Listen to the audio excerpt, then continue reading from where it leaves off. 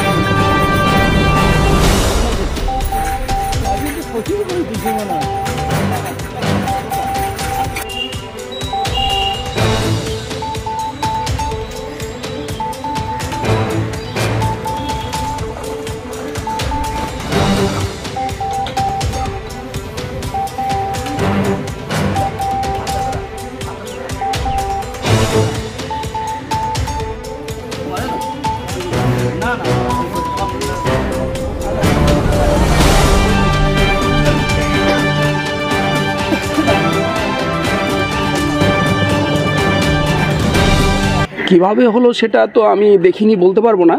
সেটা আমাদের কাছে থানার থেকে একটা খবর গিয়েছিল, সেই খবরটা আমার কাছে তমলুকে আসে। সেই জন্য আমি এখানে এসেছি। এসে দেখলাম যে এরকম একটা দুর্ঘটনা ঘটেছে, যাতে আমার ওই ড্রাইভার আমার শ্যালক ও গাড়ির মালিকও শুদ্ধ। তো সে কারণে এসে দেখলাম যে স্পটেই ওর ডেথ হয়েছে। 4 জন রোগী নিয়ে যাচ্ছিল কলকাতাতে দেখাতে আর কি। তো যেটুকু শুনেছি যে সামনের চাকা না পেছনের চাকা বাস্ট হয়েছে, বাস্ট হয়ে গাড়িটা আর ব্যালেন্স রাখতে পারেনি, ও একটা গ্যাসের গাড়ির পেছন দিকে ঢুকে গেছে। এটাই হচ্ছে মূল কথা। তারপরেরটা তো আর আমরা জানি না। প্রতিনিয়তই কলকাতা প্রতিনিয়ত, এবং গত 20 বছর ধরে গাড়ি চালাচ্ছে, এবং ওর নিজের গাড়ি, মানে যাকে আমি কোনোদিন একটা মুখে পান কাটতে দেখিনি। সেই মানে সেই রকম ছেলে, ও চালাচ্ছিল তো ভালো। কি ভুল হয়েছে, কি দুর্ঘটনায় তার তো কোনো আলাদা ব্যাখ্যা নেই, ব্যাখ্যা দেওয়াও যাবে না। তা আলটিমেট কি হয়েছে সেটা গড নোজ, যারা দেখেছে তারা বলতে পারবে। আমার নাম স্নেহাংশু বেরা। দেখতে থাকুন, সঙ্গে থাকুন 24 ঘন্টা লাইভ।